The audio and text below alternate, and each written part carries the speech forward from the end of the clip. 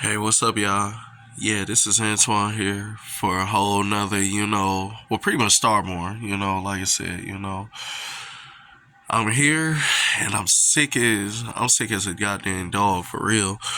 And that's part of the reason why, like, they're a little delayed because I got some videos going, but it's like I'm sick in the mud, man, for real. And I noticed y'all been really, like viewing my videos, so if you viewing this, if you, looking at it, it don't hurt just send a little like or subscribe because I'm definitely trying to grow. I want to get at least to 100 subscribers. That's my short-term goal. Get to 100 subscribers at least by January. So subscribe and definitely like support your boy, like because I'm just, I'm giving y'all a whole lot of game about this whole stuff, how I'm breaking this stuff down. So yeah, I'm about to play this scene right here, and oh man, it's so funny how this kind of leaps out at me with the outfits. Like, man, me in 2000s look in the tall white tees, baggy pants. Man, it's so crazy. Like this jump brings back so many memories. I'm about to break down this. I'm about to do what you know that I do. I'm about to pretty much, let it play, tap in, give y'all, a couple jewels, and stuff for y'all to take with y'all. But definitely, if you watching this, it don't hurt just to subscribe. If you watching, it don't hurt just to, send a like. Definitely support your boy. I'm trying to get up there, trying to get on DDG level. All right, so I'm about to play this. So, let's see what's up. And I can't wait until school starts. You joking, right? No, seriously, son. Can't wait to see all the girls, see what yours got fat over the summer, Guess what I saw last week? Who? Juanice Davis. Oh, shit, you mean cute ass Juanice? Man, this kind of bring me back to when I was in high school. We was exactly like this because I'm from Eastside Detroit, and me and my friends, we was exactly like this on each other's porch. We talking about all the girls from the neighborhood, all the girls from school.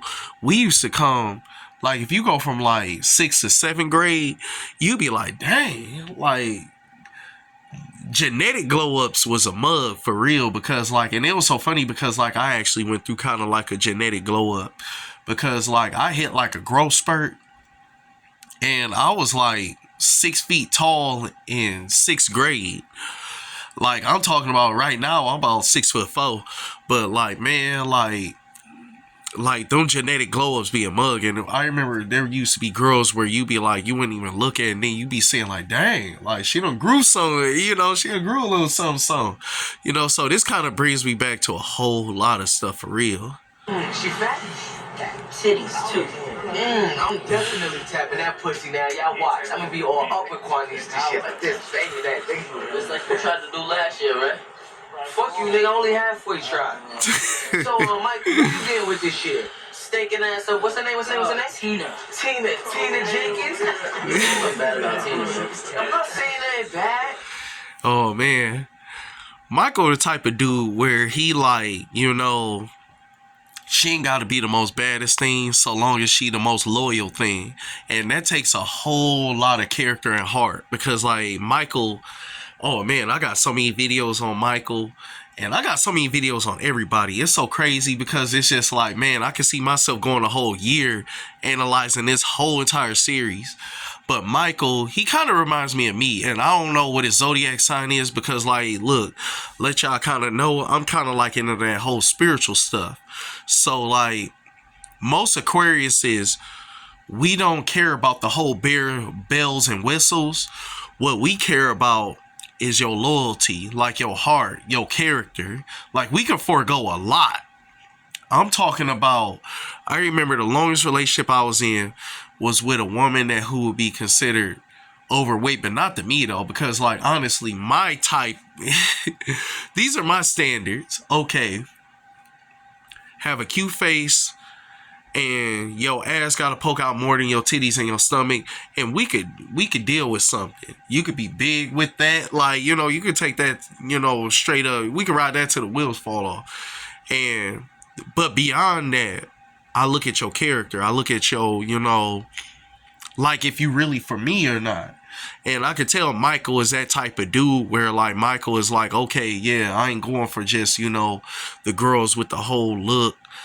He going for like, okay, but she here for me. And you can see like how he pretty much about to like how he defended her. I'm saying she be sucking dudes' dicks in the boys' bathroom and shit, that's all. I hear you. She suck dick even better than you do, man. Good boy. See?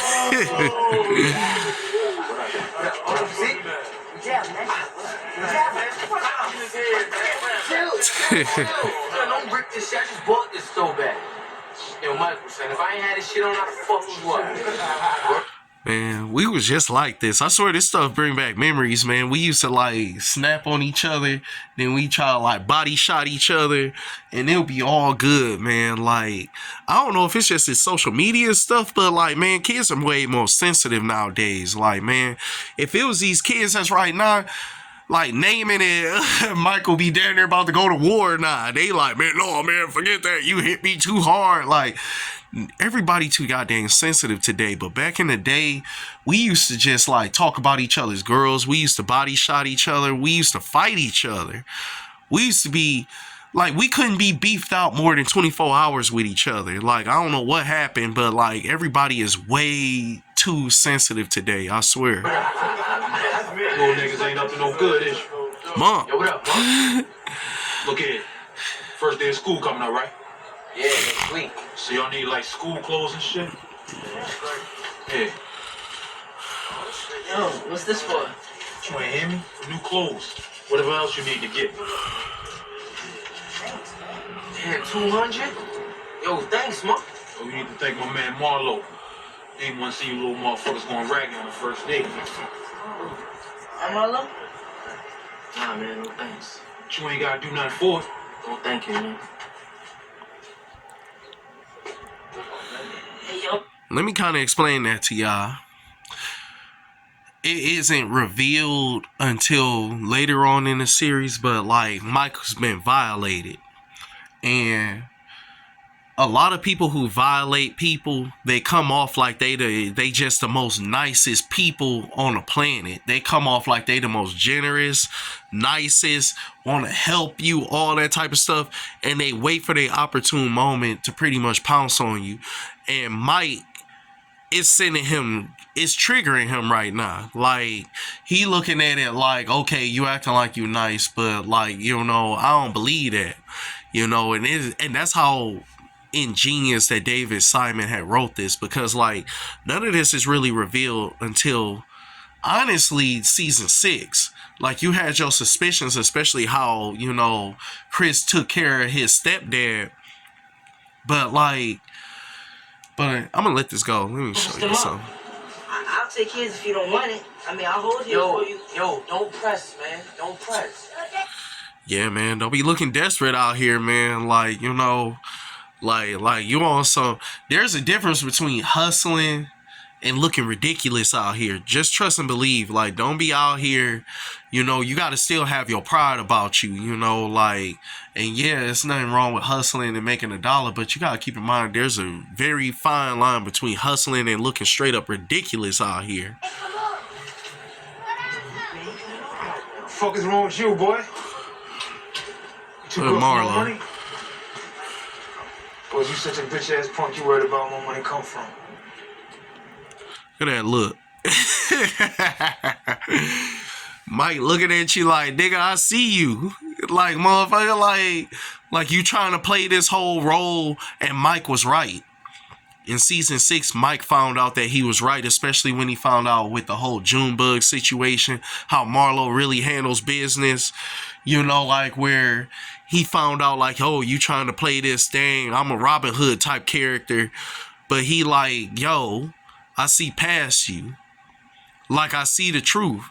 Because Michael had experienced the truth early on. Like I said, like, people will try to, just as, you know, R.I.P. Sinful to P, he used to always say, try to charm and disarm you. Michael ain't disarmed. Michael see this type of stuff.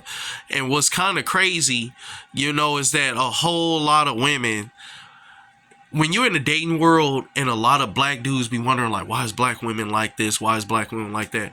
A lot of these black women are like this because they've been charmed and disarmed since a young age, and they have intimacy anxiety. There's a term where you need to really keep in your whole mind frame. It's called intimacy anxiety. And intimacy anxiety is where when you've been scarred by a person who acted like that they were good for you, just for them to kind of get you into a certain position, and then they pounce on you and violate you. And Micheal is exactly this way. Micheal is like, yo, I ain't about to put myself out here vulnerable. I ain't about to be just, believing everybody is out here for me. He's seen it, and a lot of black women seen it. And this is why I tell a lot of dudes, to be a little bit patient with black women, because you don't know what the heck they went through. I'll tell you this, not even just black women though, honestly, because I've dated a lot of women from outside of race, and violations are very much in abundance. I'll tell you this, I've never dealt with a woman who haven't been violated in some type of way.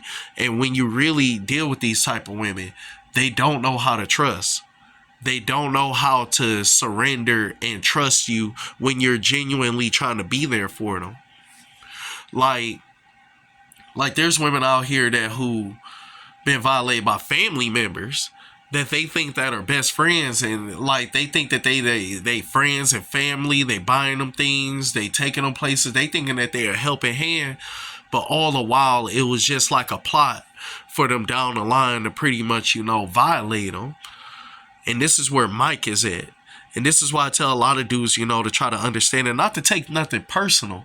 There's a lot of you dudes that probably spend your money on women, try to do your best by women, but these women pretty much be they be kind of resistant. And then if anything, they also be pretty much adversarial. All I can tell you is just charge it to the game and move on. That's all I can tell you. Charge it to the game and move on. Don't take it personal. That's the only thing, because this whole channel is directed towards the black male. And I'm trying to get y'all into the mindset that don't take nothing personal. Emotional intelligence, social intelligence, and straight up, overall intelligence. Don't take this stuff personal. Don't get too emotional. Don't think oh man, she did this because something that's lacking in me. No, a lot of times people don't accept your kindness because they've been violated, and that's a chief indicator. Caught Marlo looking out.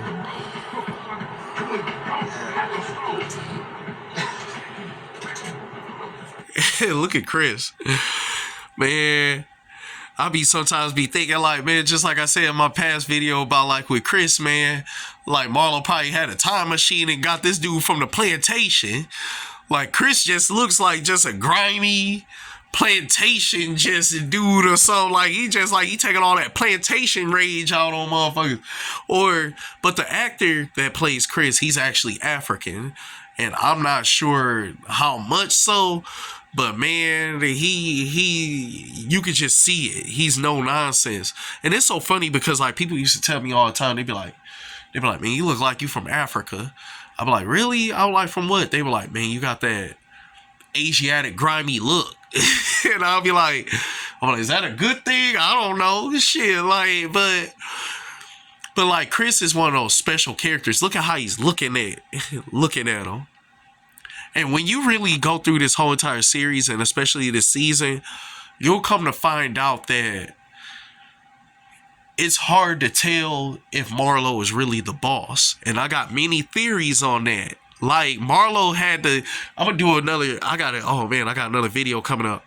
But if you notice, when Marlo was losing those card games, he had to go to Chris for the money.